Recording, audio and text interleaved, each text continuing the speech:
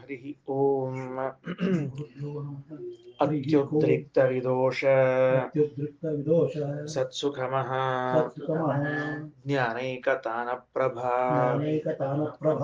ಸರ್ವಪ್ರಾಭವ ಶಕ್ತಿ ಭೋಗಬಲ ಸತ್ಸಾರಾತ್ಮ ದಿವ್ಯಾಕೃತಿಂ ಸೃಷ್ಟಿಸ್ಥಾನ ನಿರೋಧ ನಿತ್ಯ ನಿಯತಿ ಜ್ಞಾನ ಪ್ರಕಾಶಾವೃತಿ ಧ್ವಾಂತ ಮೋಕ್ಷ ವಿಮೋಕ್ಷದಂ ಹರಿಮಜಂ ನಿತ್ಯಂ ಸದೋಪಾಸ್ಮಹೇ. ಸರಿ, ನೀವು ಬ್ರಹ್ಮಾಂಡ ಪುರಾಣದ ವಾಕ್ಯದವರೆಗೆ ಓದಿದ್ದೇವೆ ನಿನ್ನೆ, ಹೌದಾ? ಮಹಾತತ್ಪರತಾ ವಿಷ್ಣೋ ಉತ್ಕರ್ಷೇ ಅವಾಂತರತಾ ತತಃ ಅನ್ಯತ್ರ ಸರ್ವವಾಕ್ಯಾನಾಂ ಯುಕ್ತೀನಾಂಚ ವಿಶೇಷತಃ ಇತಿ ಬ್ರಹ್ಮಾಂಡೇ. ಈಗ ಅದ್ವೈತ ದರ್ಶನದ ಪ್ರಕಾರ ಈ ಮಂತ್ರಗಳಿಗೆ ವ್ಯಾಖ್ಯಾನ ಮಾಡಲಿಕ್ಕೆ ಹೊರಟ್ರೆ ನೀವು ವಿರೋಧವನ್ನ ಹೇಳ್ತಾ ಇದ್ದೀರಿ. ನೀವು ಇಲ್ಲ, ಎಲ್ಲ ಶಾಸ್ತ್ರಗಳ ವಿರೋಧ ಬರ್ತದ, ಆದ್ದರಿಂದ ಅದ್ವೈತ ದರ್ಶನದಂತೆ ವ್ಯಾಖ್ಯಾನ ಮಾಡಬಾರದು ಅಂತ ಹೇಳಿದ್ರಿ. ವೇದಗಳೇ ಅದ್ವೈತವನ್ನ ಬೋಧನೆ ಮಾಡುವ ಕಾಲದಲ್ಲಿ ನೀವು ಅದು ಶಾಸ್ತ್ರ ವಿರುದ್ಧವಾಗಿದೆ ಅಂತ ಹೇಳಿದರೆ ನಮಗೇನ್ ಬಾಧಕ ಆಗ್ಲಿಲ್ಲ. ಅದು ವೇದಕ್ಕೇನೆ ನೀವು ವಿರುದ್ಧವಾಗಿ ಹೇಳಿದಂತೆ ಆಯಿತು ಅಂತ ಹೊಸದಾದ ವಾಕ್ಯಾರ್ಥವನ್ನು ಇಟ್ಟುಕೊಂಡ್ರವ್ರು. ಏನಂತಾರ, ನಚ ನೋಡ್ರಿ, ಅಲ್ಲಿ ನೋಡ್ರಿ, ನಚ ಅದಲ್ಲ, ವಾಕ್ಯದಲ್ಲಿ ಬಿಟ್ಬಿಡ್ರಿ. ಶಾರೀರಾಪರಾಭೇದೆ ತಾತ್ಪರ್ಯಂ ಇತ್ಯತ್ರ. ಶಾರೀರ ಪರ ಅಭೇದೆ, ಶಾರೀರ ಅಂದ್ರ ಜೀವ, ಪರ ಅಂದ್ರ ಪರಮಾತ್ಮ. ಈ ಶಾರೀರ ಪರ ಜೀವ ಹಾಗೂ ಪರಮಾತ್ಮರ ಅಭೇದದಲ್ಲಿ ತಾತ್ಪರ್ಯವಿದೆ ಅಂತ ಹೇಳಿದರೆ ನಚ ಇತ್ಯತ್ರ ಕಿಂಚಿನ್ ಮಾನಂ ನಚ ಕಿಂಚಿನ್ ಮಾನಂ, ಈ ವಿಷಯದಲ್ಲಿ ಯಾವುದೇ ಪ್ರಮಾಣವಿಲ್ಲ ಅಂತ ಆಚಾರ್ಯರ ಖಂಡನ. ಹಾಗಾದರೆ ಒಂದೇ ವಾಕ್ಯದಲ್ಲಿ ಏನ್ ಮಾಡ್ಲಿಕ್ಕೆ ಶ್ರೀಮದಾಚಾರ್ಯರು ಪೂರ್ವ ಪಕ್ಷವನ್ನ ಅನುವಾದ ಮಾಡಿ ಅದರ ನಿರಾಕರಣೆಯನ್ನು ಮಾಡ್ಲಿಕ್ಕೆ ಹೊರಟಾರ. ಸರಿ, ವೇದೇಶ ತೀರ್ಥ ಶ್ರೀಪಾದರು ಇದರ ವಿವರಣೆಯನ್ನು ಕೊಡ್ತಾರ. ಅವರ ಟಿಪ್ಪಣಿಯನ್ನು ಓದಿ ಹೇಳ್ತಾ ಇದ್ದೇನೆ. ತತ್ವಮಸಿ ಪುರುಷ ಏವ ಇದಂ ಸರ್ವಂ ಏಕಮೇವ ಅದ್ವಿತೀಯಂ ಬ್ರಹ್ಮ ಅಹಂ ಬ್ರಹ್ಮಾಸ್ಮಿ ಯೋಸೌ ಸೋಹಂ. ಒಂದು 4-6 ಶ್ರುತಿಗಳನ್ನು ಉದಾಹರಣೆ ಮಾಡ್ತಾರೆ. ಒಂದೊಂದೇ ಮತ್ತೊಂದು ಬಾರಿ ಹೇಳ್ತೀನಿ. ತತ್ವಮಸಿ ಅಂತ ಅನ್ನೋ ಶ್ರುತಿ ಅದ, ಇಲ್ಲಿ ಬಂದದ್ದು. ಪುರುಷ ಏವ ಇದಂ ಸರ್ವಂ, ಸ್ಪಷ್ಟವಾಗಿ ಪುರುಷ ಸೂಕ್ತದಲ್ಲಿ ಹೇಳುವಾಗ ಇದಂ ಸರ್ವಂ ಪುರುಷ ಏವ, ಈ ಜಗತ್ತೆಲ್ಲವೂ ಕೂಡ ಪರಮಾತ್ಮನೇ ಆಗಿದ್ದಾನೆ ಅಂತ ಜಗತ್ತಿಗೂ ಭಗವಂತನಿಗೂ ಅಭೇದವನ್ನೇ ಹೇಳ್ತಾ ಇದೆ. ಏಕಮೇವ ಅದ್ವಿತೀಯಂ, ಒಬ್ಬನಿದ್ದಾನ. ಮತ್ತ ಒಬ್ಬನೇ ಇರುವುದಾದ್ರೆ ಉಳಿದವರೆಲ್ಲ ಇಲ್ಲ ಅಂತ ಸ್ಪಷ್ಟ ಆಗಿಬಿಡ್ತಾರೆ ತಾನೇ. ಸುಳ್ಳು, ದೇವರೊಬ್ಬನೇ ಇದ್ದಾನ ಅಂದ್ಮೇಲೆ ಅವರೊಬ್ಬರನ್ನೇ ತಗೋಬೇಕು, ಹೊರತಾಗಿ ಬೇರೆಯವ್ರನ್ನ ತಗೊಳ್ಳಿ ಬರುವುದಿಲ್ಲ. ಇನ್ನ ಅಹಂ ಬ್ರಹ್ಮಾಸ್ಮಿ, ಚಂದ ವಾಕ್ಯ. ಅಹಂ ಬ್ರಹ್ಮಾಸ್ಮಿ ಅಂತ ಅನ್ನೋ ವಾಕ್ಯವಂತರು ಭಾರಿ ಚಂದದು. ನಾನೇ ದೇವರು ಅಂತ ಹೇಳಿ ಏನ್ ಆನಂದ ಆಗ್ತದೆ ನೋಡ್ರಿ ಕೇಳಿದಾಗ. ನಾನೇ ದೇವರು ಅಂದ್ರೆ ಎಷ್ಟು ಆನಂದ ಆಗ್ತದೆ. ಆನಂದ ಆಗ್ಲಿ, ಈ ಶಂಖಾಚಕ್ರ ಎಲ್ಲಿ ಹೋದು ಅಂತ ಪ್ರಶ್ನೆ ಬರ್ತದೆ. ನೀ ದೇವರಾಗ್ಲಿಕ್ಕೆ ಬೇಡ ಅಂದಿಲ್ಲ, ನಾವು ಶಂಖಾಚಕ್ರ ಎಲ್ಲಿ ಹೋದವು ಅಂತ ಪ್ರಶ್ನೆ ಬರ್ತದೆ. ಕಿರೀಟ ಎಲ್ಲಿ ಹೋತು ಅಂತ ಸಮಸ್ಯೆ ಆಗ್ತದೆ. ಪೀತಾಂಬರ ಎಲ್ಲಿ ಹೋತು ಅಂತ ಪ್ರಶ್ನೆ ಬರ್ತದೆ. ಯಾಕಂದ್ರೆ ನೀವು ಉಟ್ಕೊಂಡು ಲಂಗೋಟಿ ಮೇಲೆ ನಾನೇ ದೇವರು ಅಂತ ಇರ್ತಾನ್ರಿ. ಯಾರ ಕಿತ್ಕೊಂಡು ಹೋದ್ರೆ ಖರೆ ದೇವರೇ ಆಗ್ತಾನವ, ಬೌದ್ಧಾವತಾರಿ ರಾಮಕ್ಷೇತ್ರನೇ ಆಗ್ತಾನವ. ಅಂತಹದ್ದು ಈ ನಾನೇ ದೇವರು ಅಂತ ಅನ್ನುವ, ಹೌದ್ ನೀನೇ ದೇವರಪ್ಪ ಒಪ್ಪಗೋತೀವಿ. ಅವು ಶಂಖಾಚಕ್ರ ಎಲ್ಲವ, ಗದಾ ಪದ್ಮ ಎಲ್ಲವ, ಕಿರೀಟ ಎಲ್ಲವ, ಪೀತಾಂಬರ ಎಲ್ಲವ. ಯಾಕಂದ್ರೆ ನಮಗ್ ದೇವ್ರಂತ್ರ ಹಂಗ ಕಾಣ್ಸ್ಯಾನ. ನೀ ಹಾಕೊಂಡ್ರದೊಂದು ಕೌಪಿನ ಹಾಕೊಂಡಿ ಬಿಟ್ಕೊಂಡು ಹೋದ್ರ ಬೌದ್ಧಾವತಾರನೇ ಆಗ್ತೀನಿ ನೀನು, ಮುಂದೆ ಹೆಂಗ ನಿಮ್ದು ಅಂತ ಕೇಳಾಗ್ತದ. ಅದಕ್ಕೆ ವಿವೇಕ ಕೆಲಸ ಮಾಡೋದು ನಿಲ್ಸಿದ್ಮೇಲೆ ಹಿಂಗಾಗ್ತಿರ್ತದೆ. ಇರ್ಲಿ, ಅಂತೂ ವೇದ ವಾಕ್ಯಗಳಿಂದ ಹೀಗೆಲ್ಲ ಅರ್ಥ ಬರ್ತದಲ್ಲ ಅಂತಂದುಕೊಂಡಾಗ ಅಷ್ಟೇ ಅಲ್ಲ, ಅವರೇ ಅಂತಾರ, ಅಭ್ಯಾಸ ಫಲಾದಿನ, ಒಂದೇ ಸರ್ತಿ ಹೇಳಿಲ್ಲ, ಅನೇಕ ಬಾರಿ ಹೇಳಿದ್ರಿಂದ ಅಭ್ಯಾಸ ಅಂತ ಅನಿಸ್ತದ. 16 ವೇದ ವಾಕ್ಯಗಳು ಒಂದೇ ವಿಷಯ ಹೇಳ್ತದೆ ಅಂದಮೇಲೆ ಅಭ್ಯಾಸ. ಯಾವ ವಿಷಯದಲ್ಲಿ ಅಭ್ಯಾಸ ಅದ ಅಂತ ಕೇಳಿದ್ರೆ ಜೀವಬ್ರಹ್ಮರ ಐಕ್ಯ ಹೇಳೋದ್ರಲ್ಲಿ ಅಭ್ಯಾಸ ಅದ. ಅದಕ್ಕೆ ನಾವು ಅದನ್ನ ಹೇಳ್ತೀವಿ ಅಂತ ಹೇಳಿದ್ರೆ ಶ್ರೀಮದಾಚಾರ್ಯರು ಈಗ ಅದರ ನಿರಾಕರಣೆಯನ್ನು ಮಾಡ್ತಾರೆ. ನಚ ಶಾರೀರ ಪರಾಭೇದೆ ತಾತ್ಪರ್ಯಂ ಇತ್ಯತ್ರ ಕಿಂಚಿನ್ ಮಾನಂ. ಶಾರೀರ ಪರಾಭೇದ ಅಂದ್ರ ಶಾರೀರ ಅನ್ನೋ ಶಬ್ದಕ್ಕೆ ಅರ್ಥ ಏನು ಅಂದ್ರೆ ಜೀವ, ಪರ ಅಂದ್ರೆ ಪರಮಾತ್ಮ. ಈ ಪರಮಾತ್ಮನಿಗೂ ಜೀವನಿಗೂ ಅಭೇದ ಇದೆ ಎಂಬುವಲ್ಲಿ ತಾತ್ಪರ್ಯ ಇದೆ ಅಂತನ್ನುವಲ್ಲಿ ಕಿಂಚಿನ್ಮಾನಂನ ಸರ್ವಾತ್ಮನ ಏನಿಲ್ಲ ಅಂತಂದ್ರೆ ಪ್ರಮಾಣವೇ ಇಲ್ಲ. ಯಾಕಿಲ್ಲರಿ ತತ್ವಮಸಿ ಅಂತ ತಿಳ್ಕೊಂಡು ಹೇಳ್ತೀವಲ್ಲ ಅಂದ್ರೆ ಅತತ್ವಮಸಿ ಇತಿ ಭೇದಸ್ಯ ಪದಚ್ಛೇದವನ್ನು ಹೆಂಗ್ ಮಾಡ್ಲಿಕ್ಕೆ ಬರ್ತದ ಅಂದ್ರೆ ಸ ಆತ್ಮ ಅತತ್ವಮಸಿ ಅಂತೂ ಪದಚ್ಛೇದ ಮಾಡ್ಲಿಕ್ಕೆ ಬರ್ತದ. ಸ ಆತ್ಮ ತತ್ವಮಸಿ ಅಂತ ಪದಚ್ಛೇದ ಮಾಡ್ಲಿಕ್ಕೆ ಬಂದಂತೆ ಸ ಆತ್ಮ ಅತತ್ವಮಸಿ ಅಂತೂ ಮಾಡ್ಲಿಕ್ಕೆ ಬರ್ತದ. ಏನಾಗಿದೆ ಅಲ್ಲಿ ಸವರ್ಣ ದೀರ್ಘ ಸಂಧಿ ಮಾಡ್ಬಿಟ್ರೆ ಆಚಾರದನ್ನ ಆ ಬ್ರಹ್ಮ ನೀನಾಗಿಲ್ಲ ಅಂತ ಪದಚ್ಛೇದ ಮಾಡ್ಲಿಕ್ಕೆ ಬರ್ತದ. ಈಗ ಸ ಆತ್ಮ ಆ ಪರಮಾತ್ಮನು ತತ್ವಮಸಿ ಅಂದ್ರೆ ಅವನು ನೀನಾಗಿದ್ದಿ ಅಂತ ಅರ್ಥ ಬರ್ತದೆ. ಅತತ್ವಮಸಿ ಅಂತ ಪದಚ್ಛೇದ ಮಾಡಿಬಿಟ್ರೆ ಅವ ನೀನಲ್ಲ ಅಂತ ಅರ್ಥ ಬರ್ತದೆ. ಆಮೇಲೆ ಅವ ನೀ ಅಲ್ಲ ಮತ್ತಂದ್ಮೇಲೆ ನೀ ಹೆಂಗ ಅವ ಅಂತ ಒಪ್ಕೊಂಡಿಪ ನೀನು ಅಲ್ಲ ಅಂತ ಸ್ಪಷ್ಟವಾಗಿ ಹೇಳಿಗತ್ತಾರೆ. ನವಕೃತ್ವ ಅಭ್ಯಾಸಾಚ 9 ಸರ್ತಿ ಹೇಳ್ಯಾರ ಅವರಪ್ಪ ನೀ ಅವ ಅಲ್ಲ ನೀ ಅವ ಅಲ್ಲ ನೀ ಅವ ಅಲ್ಲ ಅಂತೇಳಿ. ಏನೋ ಒಂದ್ಸಲ ಹೇಳ್ಯಾರ ಮರ್ತ್ ಹೇಳ್ಬೇಕು ಬಿಡ್ರಿ ನೀ ಅವ ಅಲ್ಲ ಅಂತ ತಿಳ್ಕೊಂಡು, ಅಥವಾ ಸಿಟ್ಟಿಗೆ ಅಂತ ಹೇಳ್ಬಹುದು. ಹಿಂಗೆಲ್ಲ ಇಲ್ಲೇ ಇಲ್ಲ, 9 ಸರ್ತಿನೂ ಹೋಶ್ಪೂರ್ವಕ್ ಎಚ್ಚರದಲ್ಲೇ ಹೇಳ್ಯಾರ. ಆದ್ದರಿಂದ ಸರ್ವಾತ್ಮನ ಇಲ್ಲ. ಅಂದ ಮೇಲೆ ತತ್ವಮಸಿ ಅಂತ ಅನ್ನುವುದಾಗ್ಲಿ, ಪುರುಷೇವೇದಂ ಸರ್ವಂ ಆಗ್ಲಿ, ಏಕಮೇವ ಅದ್ವಿತೀಯಂ ಆಗ್ಲಿ, ಅಹಂ ಬ್ರಹ್ಮಾಸ್ಮಿ ಅನ್ನೋದಾಗ್ಲಿ, ಯೋಸೌ ಸೋಹಂ ಅನ್ನುವಂತಹದ್ದಾಗ್ಲಿ ಯಾವ ವಾಕ್ಯಗಳೂ ಕೂಡ ಭಗವಂತನ ಜೀವಬ್ರಹ್ಮರಿಗೆ ಐಕ್ಯವನ್ನು ಬೋಧಿಸುವುದಿಲ್ಲ. ಬಹಳ ಮಹತ್ವದ್ದು ನೋಡ್ರಿ. ಅದಕ್ಕಂತಾರ. ಅಷ್ಟೇ ಅಲ್ಲ, ಸ್ವತಃ ವೇದವ್ಯಾಸ ದೇವರು ಇಷ್ಟು ಸೂತ್ರಗಳಲ್ಲಿ ಭೇದವನ್ನೇ ನಿರ್ಧಾರ ಮಾಡಿದ್ದಾರೆ. ಏನಂತ? ಓಂ ಭೇದವ್ಯಪದೇಶಾತ್ ಓಂ ಭೇದವ್ಯಪದೇಶಾಚ್ಚ ಅನ್ಯಃ ಓಂ ಅನುಪಸ್ಥೇಸ್ತು ನ ಶಾರೀರಃ ಓಂ ಶಾರೀರಶ್ಚ ಉಭಯೇಪಿ ಭೇದೇನೈನ ಮದೀಯತೆ ಓಂ ಪೃಥಗುಪದೇಶಾತ್ ಇತ್ಯಾದಿನ ಸರ್ವತ್ರ ಭೇದಸ್ಯೈವ ಭಗವತಾ ನಿರ್ಣೀತತ್ವಾಚ್ಚ. ಸಿಕ್ಕಿದೆಯಾ? ಇದೆಲ್ಲ ವಾಕ್ಯಗಳು ಸಿಕ್ಕಿದೆಯಲ್ಲ? ಇಷ್ಟೆಲ್ಲ ಸೂತ್ರಗಳಲ್ಲೂ ಇತ್ಯಾದಿನ ಸರ್ವತ್ರ ಭೇದಸ್ಯೈವ ಭಗವತಾ ನಿರ್ಣೀತತ್ವಾತ್, ಇಷ್ಟೆಲ್ಲ ಕಡೆಗಳಲ್ಲೂ ಭೇದವನ್ನೇ ನಿರ್ಣಯ ಮಾಡಿದ್ದಾರೆ. ಸರಿ ಆಯ್ತಾ? ಇನ್ನ ಮತ್ತೇನು ಅಂತಂದ್ರ, ಹೌದು ಪುರುಷ ಏವ ಇದಂ ಸರ್ವಂ ಅನ್ನುವಂತಹ ವೇದವಾಕ್ಯ ಅದ. ಈಗ ಒಂದೊಂದೇ ವೇದವಾಕ್ಯ ತಗೋತಾರ. ಯಾವ್ಯಾವ ವೇದವಾಕ್ಯವನ್ನು ಅವ್ರು ಕೊಟ್ಟಿದ್ರು ಅದನ್ನೆಲ್ಲ ಹೆಂಗ ಅರ್ಥ ಮಾಡಬೇಕು ಅಂತ ತಿಳಿಸಿಗತ್ತಾರೆ ಶ್ರೀಮದಾಚಾರ್ಯ. ನೋಡಪ್ಪ, ಪುರುಷ ಏವ ಇದಂ ಸರ್ವಂ ಅನ್ನುವಂಥದ್ದೇನದ, ಇದರ ಅರ್ಥವನ್ನ ಏನ್ ಮಾಡ್ಬೇಕು ನೀವು ಅಂತ ಪ್ರಶ್ನೆ ಬಂತು. ಗೊತ್ತಾಯ್ತಾ? ಯಾವ ಶ್ರುತಿಯನ್ನು ಕೊಟ್ಟಾರ ಅವರು? ಜೀವ ಹಾಗೂ ಬ್ರಹ್ಮರೆಲ್ಲರೂ ಒಂದಾಗಿದ್ದಾರೆ ಅನ್ನುವುದಕ್ಕೆ ಪುರುಷ ಏವ ಇದಂ ಸರ್ವಂ. ಈಗ ಇದನ್ನ ಮೇಲ್ ನೋಡ್ಲಿಕ್ಕೆ ನಮಗೇನ್ ಅರ್ಥ ಬರುತ್ತೆ ಹೇಳ್ರಿ? ಏನ್ ಅರ್ಥ ಬರುತ್ತೆ ಹೇಳಿ ನೋಡಂತ. ಇದೆಲ್ಲವೂ ಇದಂ ಸರ್ವಂ ಅಂದ್ರೆ ನಮ್ಮ ಕಣ್ಣಿಗೆ ಕಾಣುವ ಜಗತ್ತೆಲ್ಲವೂ ಪುರುಷ ಏವ, ಪರಮಾತ್ಮನೇನೆ. ಅಂದ್ರೆ ಪರಮಾತ್ಮನಿಗೂ ಮತ್ತು ಜಗತ್ತಿಗೂ ಅಭೇದದ ಅಂತ ತೋರ್ತ ಇಲ್ಲೋ? ನಮಗಂತೂ ಹಂಗೆ ತೋರ್ತ ಇಲ್ಲೋ? ಅದಕ್ಕೆ ಶ್ರೀಮದಾಚಾರ್ಯ ಅಂತಾರೆ ಪುರುಷ ಏವ ಇದಂ ಸರ್ವಂ ಇತಿ ಚ. ಈ ವೇದವಾಕ್ಯವನ್ನು ತಾನೇ ಇನ್ನೊಂದು ಕಡೆಗೆ ವ್ಯಾಖ್ಯಾನ ಮಾಡಿದ. ಏನಂತ? ಪುರುಷೇಣ ಇದಂ ಸರ್ವಂ ವ್ಯಾಪ್ತಂ ಯದ್ಭೂತಂ ಯಚ್ಚ ಭವ್ಯಂ. ಅದು ಪುರುಷ ಏವ ಇದಂ ಸರ್ವಂ ಅಂದ್ರೆ ಪುರುಷೇಣ ಇದಂ ಸರ್ವಂ ವ್ಯಾಪ್ತಂ, ಜಗತ್ತು ಭಗವಂತನಿಂದ ವ್ಯಾಪಿಸಲ್ಪಟ್ಟದ್ದು ಅಂತ ಅರ್ಥವೇ ಹೊರತಾಗಿ ಪುರುಷನೇ ಜಗತ್ತು ಅಂತ ಅರ್ಥ ಅಲ್ಲ. ಅಲ್ರಿ, ಪುರುಷ ಏವ ಇದಂ ಈ ವಾಕ್ಯವನ್ನು ತಗೊಂಡ್ರ ಬಹಳ ಚಂದದ ವಾಕ್ಯಾರ್ಥವನ್ನು ಮಾಡ್ತಾರೆ ಶ್ರೀಮದಾಚಾರ್ಯರು. ನೀವೇನಂದ್ರಿ? ಪುರುಷ ಏವ ಇದಂ ಸರ್ವಂ ಅನ್ನೋ ವೇದವಾಕ್ಯಕ್ಕ ಭಗವಂತನೇ ಇದ್ರ ತುಂಬ ವ್ಯಾಪಿಸಿಕೊಂಡಿದ್ದವನು ಅಂತನೋ ಅರ್ಥ ಹೇಳಿಗತ್ತೀರಿ. ಹೆಂಗ? ಇದು ಶ್ರುತಿ ವಾಕ್ಯನೇ. ಪುರುಷ ಏವ ಇದಂ ಸರ್ವಮಿತಿ ಪುರುಷೇಣ ಇದಂ ಸರ್ವಂ ವ್ಯಾಪ್ತಂ, ಭಗವಂತನಿಂದಲೇ ಇದೆಲ್ಲವೂ ವ್ಯಾಪಿಸಲ್ಪಟ್ಟದ. ಯದ್ಭೂತಂ ಯಚ್ಚ ಭವ್ಯಂ, ಹಿಂದೆ ಆಗಿ ಹೋದದ್ದಿರಬಹುದು, ಮುಂದೆ ಬರುವುದಿರಬಹುದು, ಈಗಿರುವುದಿರುವುದು ಎಲ್ಲವೂ ಭಗವಂತನಿಂದ ವ್ಯಾಪಿಸಿದ್ದು ಅಂತ ಅರ್ಥ. ಯಾಕೆ ಹಂಗ ಅರ್ಥ ಮಾಡ್ತದ ವೇದ ಅಂದ್ರೆ ಮುಂದಿನ ವಾಕ್ಯ ಶ್ರೀಮದಾಚಾರ್ಯದು. ನಚ ಭಗವಾನ್ ಗೋತ್ವೇನ ಮನುಷ್ಯತ್ವೇನ ವಾ ಭವತಿ. ಏನಪ್ಪಾ ಏನಂತಾರ ಅಂದ್ರ ಪುರುಷ ಏವ ಇದಂ ಸರ್ವಂ ಅಂದ್ರ ಸರಿ ಎಲ್ಲವೂ ಭಗವಂತನೇ ಅಂತ ಅಂದ್ಬಿಟ್ರೆ ಹಂಗಾರ ನಾಳೆ ಭಗವಂತ ದನ ಆಗಬೇಕು. ಎತ್ತು ಅವನೇ, ಆಕಳವನೇ. ಯಾಕ ಇದಂ ಸರ್ವಂ ಅಂದಿರ್ ನೀವು?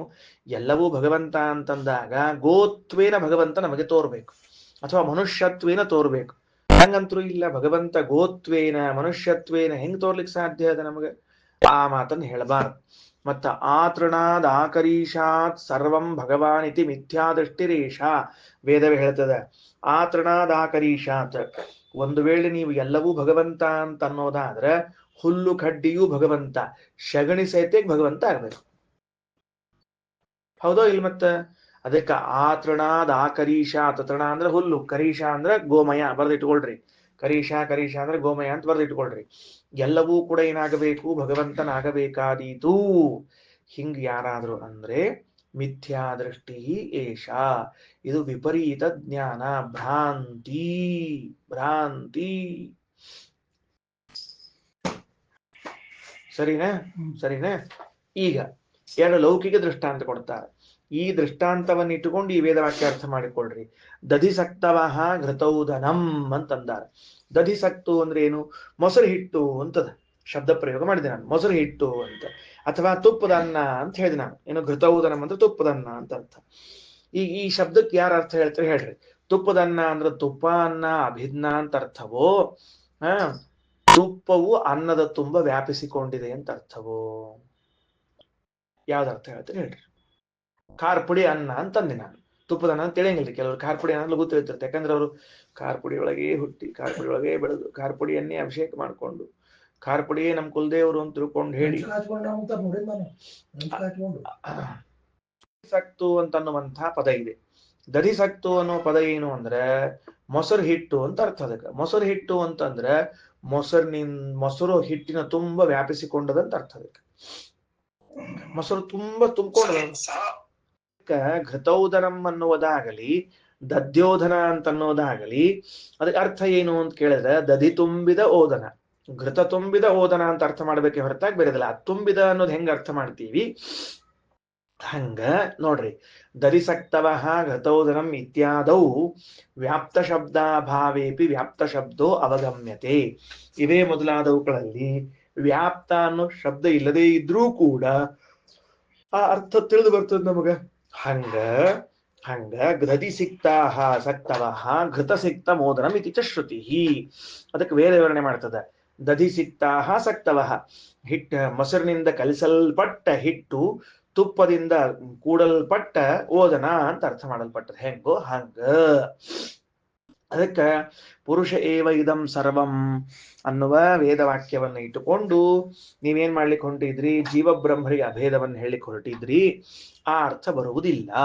ಯಾಕ ಜೀವಬ್ರಹ್ಮರಿಗೆ ಅರ್ಥ ಬರುವುದಿಲ್ಲ ಅಂದ್ರೆ ಪುರುಷ ಏವ ಇದಂ ಸರ್ವಂ ಅನ್ನೋ ಶಬ್ದಕ್ಕ ಸ್ವತಃ ವೇದವೇ ವ್ಯಾಖ್ಯಾನ ಮಾಡಿಕೊಂಡದ. ಪುರುಷನು ಇದ್ರ ತುಂಬಿಕೊಂಡಾನ. ಹಂಗೆಂಗ್ರಿ ಪುರುಷ ಏವ ಇದಂ ಸರ್ವಂ ಅಂತ ಅನ್ನೋದಕ್ಕೆ ಹೆಂಗ ಅರ್ಥ ಬಂತು ಅಂದ್ರೆ ಮೊಸರಿನ ಹಿಟ್ಟು, ತುಪ್ಪದ ಅನ್ನ ಅಂತಂದ ಹೆಂಗ ಅರ್ಥ ಬರ್ತದ ಹಂಗ. ಮೊಸರಿನ ಹಿಟ್ಟು ಅಂದ್ರೆ ಮೊಸರಿಗೂ ಹಿಟ್ಟಿಗೂ ಅಭೇದದ ಅಂತ ಅರ್ಥ ಅಲ್ಲ, ಹಿಟ್ಟಿನ ತುಂಬ ಮೊಸರದ ಅಂತ ಅರ್ಥ. ಅದಕ್ಕೆ ಮೊಸರು ಅವಲಕ್ಕಿ ಅಂತಂತಿರ್ತಾರೆ. ಮೊಸರು ಅವಲಕ್ಕಿ ಅಂತಂದ್ರೆ ಏನ್ರಿ, ಅದಕ್ಕೆ ಮೊಸರು ಅವಲಕ್ಕಿ, ಅದು ಮೊಸರು ಅವಲಕ್ಕಿ ಅಂತಂದ್ ಬೇರೆ ಅದ. ಹೌದಿಲ್ರಿ ಶ್ರೀರಾಚಾರ? ಅವ್ರ ಪ್ರಕಾರ ಹೆಂಗದ ಅಂದ್ರೆ ಮೊಸರು ಅವಲಕ್ಕಿ ಅಂದ್ರೆ ಮೊಸರು ಜಾಸ್ತಿ ಅವಲಕ್ಕಿ ಕಡಿಮೆ ಅಂತ ಅರ್ಥ. ಅದಕ್ಕೆ ಅವಲಕ್ಕಿ ಮೊಸರು ಅಂದ್ರೆ ಅವಲಕ್ಕಿ ಜಾಸ್ತಿ ಮೊಸರು ಕಡಿಮೆ ಅಂತ ಅರ್ಥ. ಅದಕ್ಕೆ ಮನೆಗ್ ಬಂದಾಗ ಯಾರಿಗಾರ ಭಕ್ತರಿಗೆ ನಿಮ್ಗೆ ಅವಲಕ್ಕಿ ಮೊಸರು ಬೇಕೋ ಮೊಸರು ಅವಲಕ್ಕಿ ಬೇಕೋ ಏನು, ಅದಕ್ಕೆ ಅವಲಕ್ಕಿ ಮೊಸರು ಬೇಕು ಅಂದ್ರೆ ಸಿಕ್ಕಾಪಟ್ಟೆ ಅವಲಕ್ಕಿ ಕೊಟ್ಟು ಸ್ವಲ್ಪ ಮೊಸರು ಕೊಡ್ಬೇಕು. ಇನ್ನು ಮೊಸರು ಅವಲಕ್ಕಿ ಬೇಕು ಅಂದ್ರೆ ಮೊಸರು ಜಾಸ್ತಿ ಹಾಕಿ ಅವಲಕ್ಕಿ ಕಡಿಮೆ ಹಾಕ್ಬೇಕು. ಅದು ಶಬ್ದನೇ ಹೆಂಗೆ ಹೇಳ್ತದೆ. ಹಂಗ ಮೊಸರು ಅವಲಕ್ಕಿ ಅಂತನ್ನೋ ಶಬ್ದ ಹೇಳಿದಾಗ ಮೊಸರು ಅತ್ಯಧಿಕವಾಗಿರ್ತದೆ, ಅವಲಕ್ಕಿ ಕಡಿಮೆ ಇರ್ತದೆ. ಅಂದ್ರೆ ಅದ್ರ ತುಂಬಾ ವ್ಯಾಪಿಸಿಕೊಂಡಿರ್ತದೆ. ಹಂಗ ಪುರುಷ ಏವ ಇದಂ ಸರ್ವಂ ಅಂದ್ರೆ ಪುರುಷನಿಂದ ವ್ಯಾಪಿಸಲ್ಪಟ್ಟದ್ದು ಈ ಜಗತ್ತು ಅಂತ ಅರ್ಥ. ಅಥವಾ ಇನ್ನೊಂದು ಅರ್ಥವನ್ನು ಹೇಳ್ತಾರೆ. ಏನಿನ್ನೊಂದು, ಪುರುಷ ಏವ ಇದಂ ಸರ್ವಂ ಯದ್ಭೂತಂ ಯಚ್ಚ ಭವ್ಯಮಿತಿ ಪುರುಷೇಣ ಹಿ ಇದಂ ನೇನೀಯತೆ ಇತಿ.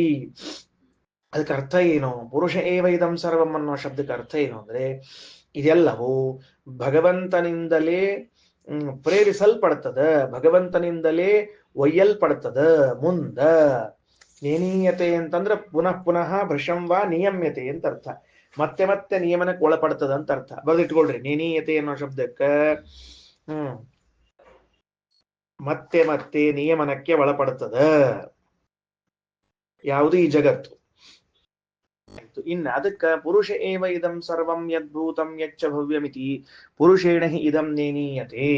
ಭಗವಂತನಿಂದಲೇ ಇದೆಲ್ಲವೂ ಕೂಡ ಮತ್ತೆ ಮತ್ತೆ ಮತ್ತೆ ಪ್ರೇರಣೆಗೆ ಒಳಗಾಗ್ತದ. ಅತಃ ಸರ್ವ ಪ್ರಮಾಣಾನಾಂ ಭಗವದ್ ಉತ್ಕರ್ಷೇವ ಮಹಾ ತಾತ್ಪರ್ಯಾತ್, ಎಲ್ಲ ಪ್ರಮಾಣಗಳಿಗೂ ಭಗವಂತನ ಉತ್ಕರ್ಷದಲ್ಲಿಯೇ ಮಹಾಪ್ರಮಾಣ ಈ ತಾತ್ಪರ್ಯ ಇದ್ದುದರಿಂದ ಶಾರೀರಾಭೇದಂ ಮಹಾ ತಾತ್ಪರ್ಯ ವಿರೋಧ, ಜೀವಬ್ರಹ್ಮರಿಗೆ ಐಕ್ಯವನ್ನು ಹೇಳಿದ್ರೆ ಮಹಾ ತಾತ್ಪರ್ಯ ವಿರೋಧ ಬರ್ತದ. ಇನ್ನು ಮುಂದ ಮತ್ತಿಷ್ಟು ಶ್ಲೋಕಗಳವ ಬಹಳ ಮಹತ್ವದ ನೋಡ್ಕೊಳ್ರಿ. ಅಜ್ಞಾನ ದುಃಖ ಸಂಬಂಧಾತ್ ಯಾವಜ್ಞಾನಂ ಶರೀರಿಣಃ ಸರ್ವದಾ ಜ್ಞಾನಕಂ ವಿಷ್ಣುಂ ಅಹಮಸ್ಮೀತಿ ಯೇ ವಿದುಃ ಅಜ್ಞಾನ ದುಃಖಮಂತಾರಸ್ತತಸ್ತೆ ನೀಚತಾಂ ವಿದುಃ ವಿಷ್ಣೋರುತ್ಕರ್ಷ ಹಂತॄಣಾಂ ನೈವ ತೇಷಾಂ ಸುಖಂ ಕ್ವಚಿತ್. ಇಲ್ಲಿ ತನಕ ಒಂದೇ ಅಭಿಪ್ರಾಯ. ಏನಂತಾರೆ? ಅದ್ವೈತ ದರ್ಶನದಲ್ಲಿ ಹೀಗಿದೆ ಅಭಿಪ್ರಾಯ. ಅಲ್ಲಪ್ಪ, ಅಹಂ ಬ್ರಹ್ಮಾಸ್ಮಿ ಅಂತ ನೀನು ಹೇಳ್ತಿದ್ದೀಯಲ್ಲ, ಹಾಗಾದ್ರೆ ನೀನು ದುಃಖಿ ಯಾಕಾಗಿದ್ದಿ ಅಂತ ಒಂದು ಪ್ರಶ್ನೆ ನಮಗೆ. ಅಹಂ ಬ್ರಹ್ಮಾಸ್ಮಿ ಅಂತ ಹೇಳಿ ನೀನೇ ಬ್ರಹ್ಮನಾಗಿದ್ರೆ ನೀನ್ ಹೆಂಗಿರ್ಬೇಕು? ನಮ್ಮ ಬ್ರಹ್ಮನಂಗಿರ್ಬೇಡ, ನಿಮ್ಮ ಬ್ರಹ್ಮ ಹೆಂಗಿದ್ದಾನ ಹಂಗಾರ ಇರ್ಬೇಕು ಬೇಡೋ ಪ್ರಶ್ನೆ. ಅಂದ್ರ ನಿಮ್ ಬ್ರಹ್ಮ ಹೆಂಗಿದ್ದಾನ? ನಿರ್ಗುಣ, ನಿರಾಕಾರ. ಆಮೇಲೆ ಅವ ಪಾಪವ ಏನು ಹೆಂಗಿದ್ದಾನೋ ಇದ್ದಾನ ಅಂತ ಅಷ್ಟ. ಕೆಲವ್ರು ಮನೆಯೊಳಗೆ ಇರ್ತಾರ ಅಂತ ಅನ್ಸ್ಕೋತಿರ್ತಾರಲ್ಲ, ಹಂಗಿದ್ದಂಗ. ಅವ್ರನ್ನ ಕಿಲಿ ಹಾಕಿ ಹೋದ್ರು ಏನ್ ಸಮಸ್ಯೆ ಇಲ್ಲ. ಅವ್ರಿಗೆ ಹಂಗಿದ್ದ ಪಾಪ ಹಂಗಿದ್ದಂಗಿದ್ದಾರವರು.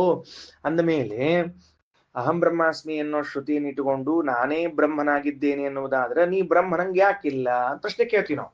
ಅದಕ್ಕೆ ಅವೇನಂತಾನಂದ್ರ, ಇಲ್ರಿ, ಅದು ನಮಗಿನ್ನೂ ಐಕ್ಯ ಸಾಕ್ಷಾತ್ಕಾರ ಆಗಿಲ್ಲ. ನನಗೆ ಅಹಂ ಬ್ರಹ್ಮಾಸ್ಮಿ ಅನ್ನೋದು ಸಾಕ್ಷಾತ್ಕಾರ ಆಗಿಲ್ಲ.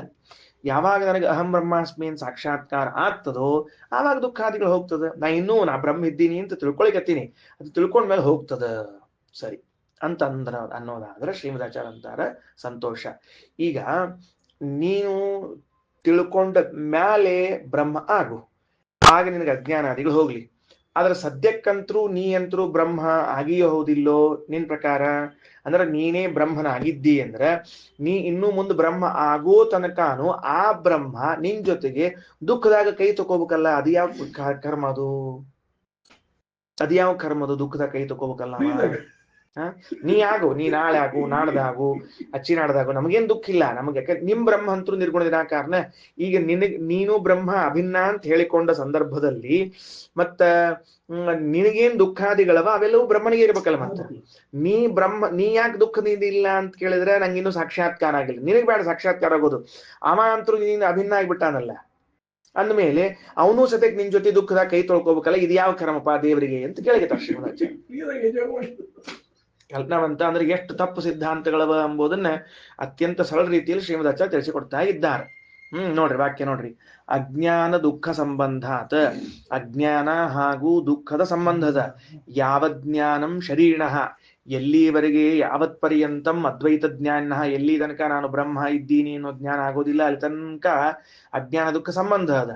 ಸರ್ವದಾ ಜ್ಞಾನಕಂ ವಿಷ್ಣುರಹಮಸ್ಮೀತಿ ವಿದುಹು, ನಾನೇ ವಿಷ್ಣು ಇದ್ದೀನಿ ಅಂತಂದ್ರ ಅಜ್ಞಾನ ದುಃಖಮಂತಾರಹ, ಭಗವಂತನಿಗೂ ಅಜ್ಞಾನ ದುಃಖಗಳವ ಅಂತ ಒಪ್ಪೋಣಂಗಾಯ್ತಲ್ಲ. ಮತ್ತ ನಿನಗಿನ್ನೂ ಅಪರೋಕ್ಷ ಜ್ಞಾನ ಆಗಿಲ್ಲ, ಐಕ್ಯ ಅಪರೋಕ್ಷ ಜ್ಞಾನ ಆಗಿಲ್ಲ, ಅಲ್ಲಿ ತನಕ ನಿನಗಂತರೂ ದುಃಖವ.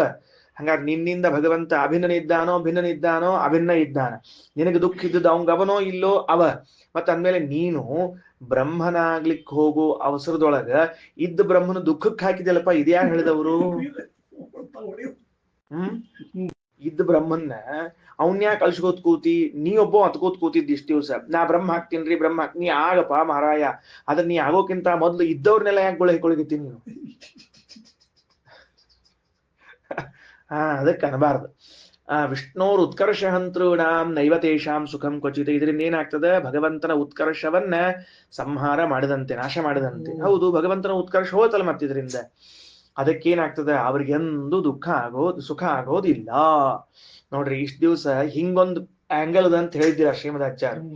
ಅದ್ವೈತ ದರ್ಶನ ಅಹಂ ಬ್ರಹ್ಮಾಸ್ಮಿ ಅಲ್ಲ, ಭೇದದ ವಿರೋಧ ಬರ್ತದ, ಅವ ಸುಖಿ ಇದ್ದೀನಿ ದುಃಖಿ ಇದು ಹಿಂಗೆ ಹೇಳಿದ್ರು. ಒಂದು ವೇಳೆ ನೀನು ಅವನು ಅಭಿನ್ನರು ಅಂತ ಹೇಳ್ಕೊಂಡ್ಬಿಟ್ರೆ ನಿನ್ ದುಃಖ ಎಲ್ಲ ಅವ್ನು ಟ್ರಾನ್ಸ್ಫರ್ ಆಗ್ಬಿಡ್ತದಲ್ಲ ಅಂತ ಮತ್ತೊಂದು ಹೊಸ ಆಂಗಲ್ ಹೇಳಿದ್ರು. ಮನ್ಯಾಗ ಒದ್ದಾಳಿಗೆ ತನ್ನ ಬಾಯಿ ಬಡ್ಕೊಳ್ಳಿ, ಊಟಕ್ಕೆ ಹಾಕಿದ್ರು, ಊಟಕ್ಕೆ ಹಸಿವಾಗಿದೆ. ಈಗ ಜೀವ ಬ್ರಹ್ಮ ಅಭಿನ್ನನೋ ಭಿನ್ನನೋ ಪ್ರಶ್ನೆ ನಮ್ದು. ಊಟಕ್ಕೆ ಹಾಕ್ತಿವ್ರಿ, ಮೊದ್ಲು ಭಿನ್ನ ಹೇಳ್ರಿ. ಅಭಿನ್ನ ಹಂಗಾರೆ ನೀ ಒಬ್ಬನ ಬಾಯಿ ಬಡ್ಕೊಳಿಗತ್ತಿ, ಅವನು ಬಾಯಿ ಬಡ್ಕೊಳಿಗತ್ತಾನ, ಇಬ್ರು ಬಾಯಿ ಬಡ್ಕೊಳಿಗತ್ತೀರಂದ್ರೆ ನಿನ್ ಸಲುವಾಗಿ ಅವ ಯಾಕೆ ಬಾಯಿ ಬಡ್ಕೋಬೇಕಪ್ಪ? ನಿರ್ಗುಣ ನಿರಾಕಾರ ನಿಮ್ ದೇವ್ರು. ಅಟ್ಲೀಸ್ಟ್ ನಮ್ ದೇವ್ರ ಇನ್ನು ಸಾಕಾರ ಸಗುಣ, ಊಟ ಮಾಡ್ತಾನ ನಿದ್ದೆ ಮಾಡ್ತಾನ ಅಂತ ಹೇಳ್ತೀವಿ ನಾವು ಮನೆಗೆ. ಅದಕ್ಕ ಹೌದು, ಸುಖ ಇಲ್ಲ ಅನ್ಲಿಕ್ಕೆ ಅಂದ್ರೆ ದುಃಖ ಆಗ್ತದೆ ಅಂತ ಅಭಿಪ್ರಾಯ. ದುಃಖ ಯಾವುದರ ಫಲ? ಇದು ಪಾಪ ಫಲ. ಸುಖ ಇದು ಪುಣ್ಯದ ಫಲ, ದುಃಖ ಅಂಬೋದು ಇದು ಪಾಪದ ಫಲ. ಅಂದ ಮೇಲೆ ನನಗೆ ಯಾಕೆ ದುಃಖ ಆಗ್ಬೇಕು ಅಂತಂದ್ರೆ, ಏನ್ ಪಾಪ ಮಾಡೀನಿ ನಾನು ಅಂತಹದ್ದು ಅಂದ್ರೆ, ಯೋನ್ಯಥಾ ಸಂತಮಿ ಶೇಷಂ ಸ್ವರೂಪಂ ಪ್ರತಿಪದ್ಯತೆ ಕಿಂತೆ ನನಕೃತಂ ಪಾಪಂ ಚೋರೇಣಿ ಶಾಪಹಾರಿಣ. ಕಳ್ಳ ಕಳ್ಳ ಯಾರು ಕಳ್ಳ? ಭಗವಂತನನ್ನ ನಾನು ಅಂತ ಹೇಳಿಕೊಳ್ಳುವಂಥವನು ಮಹಾ ಕಳ್ಳ. ಯಾಕ? ಯೋ ಅನ್ಯಥಾ ಸಂತಂ, ತಾನ್ ನೋಡಿದ್ರೆ ಭಿಕ್ಷುಕ, ಅಪಾಹತ, ದುಃಖಿ, ರೋಗಿಷ್ಠ, ಭ್ರಷ್ಟ, ಕನಿಷ್ಠ, ಮತಿಗಷ್ಟ, ಇಂಥವ ದೇವರು ಅಂತ ಹೇಳ್ಕೋತಾನ ಅಂದ್ರೆ ತಾನಲ್ಲದೆ ಇದ್ದನ ತಾನು ಅಂತ ಹೇಳಿದ್ರೆ ಭಗವತ್ವವನ್ನ ಅಪಹಾರ ಮಾಡಿದಂತ ಆಯ್ತು ಮತ್ತವ. ಹೌದಿಲ್ಲ? ಮತ್ತೆ ಭಗವತ್ವವನ್ನು ಅಪಹಾರ ಮಾಡಿದ್ನೋ ಇಲ್ಲೋ? ಸ್ವರೂಪಂ ಪ್ರತಿಪದ್ಯತೆ ಅಂದ್ರ ಭಗವಂತನ ಜೊತೆಗೆ ನಾವು ಅಭಿನ್ನರು ಅಂತ ಹೇಳ್ಕೊಂಡಾಗ ಭಗವಂತನ ಅಳಿಸಿ ಹಾಕ್ಬಿಟ್ವಿ, ನಾವು ಒಬ್ಬರೇ ಉಳ್ಕೊಂಡ್ವಿ. ಒಂದು ಹೋಗೋದು ಅಂದ್ರೆ ಅರ್ಥದಕ್ಕ, ಕದ್ಕೊಂಡು ಹೋಗೋದು ಅಂತ ಅರ್ಥದಕ್ಕ. ಅದಕ್ಕೆ ಕಿಂತೇನ ಕೃತಂ ಪಾಪಂ, ಮಹಾಪಾಪ ಇದು. ದೇವರು ನಾವು ಒಂದು ಅಂತ ಹೇಳಿದಾಗ, ಜೀವನು ಬ್ರಹ್ಮನು ಒಂದೇ ಅಂತ ಅಭೇದ ಧ್ಯಾನ ಮಾಡಿದಾಗ ಪರಮಾತ್ಮನ ಅಪಹಾರ ಮಾಡಿದಂತೆ ಆಯಿತು. ಏನ್ ಸಂಕೋಚ ಇಲ್ಲ. ಅದರಿಂದ ಅದಕ್ಕೆ ಫಲವಾಗಿ ದುಃಖ ಆಗ್ತದೆ. ಐಕಾತ್ಮ್ಯಂ ನಾಮ ಯದಿದಂ ಕೇಚಿದ್ ಬ್ರೂಯರ ಅನೈಪುಣಾಹ. ಕೆಲವರು ಅನೈಪುಣಾಹ, ಅಷ್ಟು ಶಾಸ್ತ್ರ ವ್ಯುತ್ಪತ್ತಿ ಇಲ್ಲದೆ ಇದ್ದ ಕೆಲವರು ಯದಿದಂ ನಾಮ ಐಕಾತ್ಮ್ಯಂ, ಇದೇನು ಜೀವಬ್ರಹ್ಮರ ಐಕ್ಯವನ್ನು ಹೇಳ್ತಾರೋ, ಶಾಸ್ತ್ರ ತತ್ವ ಅವಿಜ್ಞಾಯ, ಅವರಿಗೆ ತತ್ವಮಸಿ ಅಹಂ ಬ್ರಹ್ಮಾಸ್ಮಿ ನೇಹ ನಾಸ್ತಿಗಿಂತ ಯಾವ ವಾಕ್ಯಗಳು ಅರ್ಥ ಆಗಿಲ್ಲ ಅವರಿಗೆ. ತಥಾ ವಾದ ಬಲ ಜನಾ. ಅಷ್ಟೇ ಅಲ್ಲ, ಅಂಥ ವಾದವನ್ನ ಹೂಡ್ತಾರವ್ರು. ಏನು? ತಥಾವಾದ ಬಲಾಹ ಅಂದ್ರ ನೋಡ್ರಿ, ಒಂದು ವೇಳೆ ಜೀವಬ್ರಹ್ಮರಿಗೆ ಐಕ್ಯ ಇದ್ದಿದ್ದಿಲ್ಲ ಅಂದ್ರೆ ತತ್ ತ್ವಂ ಅಸಿ ಅಂತ ತಿಳ್ಕೊಂಡು ಸಮಾನ ವಿಭಕ್ತಿಗಳಲ್ಲಿ ಹೆಂಗ್ ಪ್ರಯೋಗ ಮಾಡಿದ್ರೆ, ಮತ್ತೆ ತತ್ ಅನ್ನೋದು ಪ್ರಥಮ ವಿಭಕ್ತಿ, ತ್ವಂ ಅನ್ನೋದು ಪ್ರಥಮ ವಿಭಕ್ತಿ, ಹಿಂಗ ಪ್ರಥಮ ವಿಭಕ್ತಿಗಳಲ್ಲಿ ಪ್ರಯೋಗ ಮಾಡ್ಯಾರ. ಅಹಂ ಬ್ರಹ್ಮ ಅಸ್ಮಿ, ಅಹಂ ಪ್ರಥಮ ವಿಭಕ್ತಿ, ಬ್ರಹ್ಮ ಪ್ರಥಮ ವಿಭಕ್ತಿ, ಹಿಂಗೆಲ್ಲ ಸಮಾನ ವಿಭಕ್ತಿಗಳೆಲ್ಲ ಇದ್ದುದರಿಂದ ನಾವು ಐಕ್ಯವನ್ನೇ ಹೇಳ್ತೀವಿ ಅಂತ ವಾದ ಬಲ ಜನ ಹಿಂಗ ವಾದವನ್ನ ಹೂಡ್ತಾರ. ಯಾರವರು? ಯಾರು ಐಕ್ಯವನ್ನ ಮತ್ತೆ ಶಾಸ್ತ್ರದ ಅರ್ಥ ಅಂತ ಹೇಳ್ತಾರೋ ಅವರು. ಇನ್ನು ಮುಂದೆ ಕಾಮಕ್ರೋಧಾಭಿಭೂತತ್ವಾದ ಅಹಂಕಾರ ವಶಂಗತಾ. ಹಂಗ್ಯಾಕಾದ್ರವರು? ಅಲ್ರಿ, ಹಂಗ್ಯಾಕಾದ್ರ ಮತ್ತ ಉಳಿದವ್ರು ಯಾರಿಗೂ ಹಂಗ ಬಂದಿಲ್ಲ ಶಾಸ್ತ್ರದ ಜ್ಞಾನ. ಆ ಅದ್ವೈತ ದರ್ಶನದವ್ರಿಗೆ ಮಾತ್ರ ಬಂದ್ ನೋಡ್ರಿ. ವಿಶಿಷ್ಟಾದ್ವೈತಿಗಳಿಗೆ ಬಂದಿಲ್ಲ, ತಾರ್ಕಿಕರಿಗೆ ಬಂದಿಲ್ಲ, ಚಾರ್ವಾಕರಿಗೆ ಮೀಮಾಂಸಕರಿಗೆ ಯಾರ್ಯಾರಿಗೂ ಬಂದಿಲ್ಲ. ಹಂಗ ದ್ವೈತಿಗಳಿಗಂತೂ ಇಲ್ಲೇ ಇಲ್ಲ. ಇಡೀ ಜಗತ್ತಿನೊಳಗೆ ಅವರೊಬ್ಬರಿಗೆ ಹಂಗ್ಯಾಕ್ ಬಂದದ ಅಂತಂದ್ರೆ ಕಾಮಕ್ರೋಧಾಭಿಭೂತತ್ವಾತ್, ಕಾಮಕ್ರೋಧಗಳ ಸುಳಿಯಲ್ಲಿ ಸಿಲುಕಿ ಬಿಟ್ಟಾರವ್ರು. ಅಹಂಕಾರ ವಶಂಗತಾ, ಅಹಂಕಾರಕ್ಕೆ ವಶಪಟ್ಟಿದ್ದಾರೆ. ಇದೆಲ್ಲವೂ ಏನ್ ಮಾಡ್ತದ? ಕಾಮ ಕ್ರೋಧ ಅಹಂಕಾರಾದಿಗಳೆಲ್ಲವೂ ಬುದ್ಧಿ ಕೆಡಿಸ್ತಾವ. ಬ್ರಹ್ಮಸ್ತೇನ ನಿರಾನಂದಾಹ, ದೇವರನ್ನೇ ಕದ್ದು ಬಿಡುತ್ತಾರ. ನಿರಾನಂದಾಹ, ದುಃಖದಲ್ಲೇ ಇರ್ತಾರ. ಅಪಕ್ವ ಮನಸ್ಸೋ ಶಿವಾಹ, ಅವರ ಮನಸ್ಸು ಪಕ್ವವಾಗಿರುವುದಿಲ್ಲ. ಅಶಿವಾಹ, ಅಮಂಗಳವಾಗಿರ್ತಾರ. ಯಾಥಾತಥ್ಯಂ ಅವಿಜ್ಞಾಯ, ಯಥಾರ್ಥವನ್ನ ತಿಳಿಯದೆ, ಶಾಸ್ತ್ರಾಣಾಂ, ಶಾಸ್ತ್ರದ ಯಾಥಾರ್ಥವನ್ನ ತಿಳಿಯದೆ, ಶಾಸ್ತ್ರದಸ್ಯವಹ, ಶಾಸ್ತ್ರದ ಕಳ್ಳತನವನ್ನ ಮಾಡಿಬಿಡುತ್ತಾರ. ವೈಗುಣ್ಯಮೇವ ಪಶ್ಯಂತಿ ನ ಗುಣಾನಿ ನಿಯುಂಜತೆ. ದೇವರಲ್ಲಿ ಯಾವಾಗ್ಲೂ ವೈಗುಣ್ಯಮೇವ, ಗುಣಗಳನ್ನು ಇಲ್ಲ ಅಂತೆ ಕಾಣುತ್ತಾರೆ, ಎಂದೂ ಗುಣಗಳನ್ನ ಕಾಣುವುದಿಲ್ಲ. ಭಾರಿ ವಿಚಿತ್ರ. ಅದ್ವೈತ ದರ್ಶನದವರು ಪರಮಾತ್ಮನಲ್ಲಿ ಎಂದೂ ಕೂಡ ಗುಣಗಳನ್ನ ಕಾಣುವುದಿಲ್ಲ, ವಿಗುಣ ಅಂತೆ ಕಾಣ್ತಾರ. ಯಾಕ ಹೇಳ್ರೋಣಂತ? ಯಾಕಂದ್ರ ನಮ್ಮಲ್ಲಿ ಏನಿರ್ತದೋ ಅದನ್ನ ನಾವು ಹೊರಗೆ ಕಾಣ್ತೀವಿ. ಸಿಂಪಲ್ ವಿಷಯ ಅದು. ನಮ್ಮಲ್ಲಿ ಏನದ ಅದನ್ನೇ ಹೊರಗೆ ಕಾಣ್ತೀವಿ, ನಾವು ಬೇರೆ ಕಡೆ ಕಾಣೋದೇ ಇಲ್ಲ.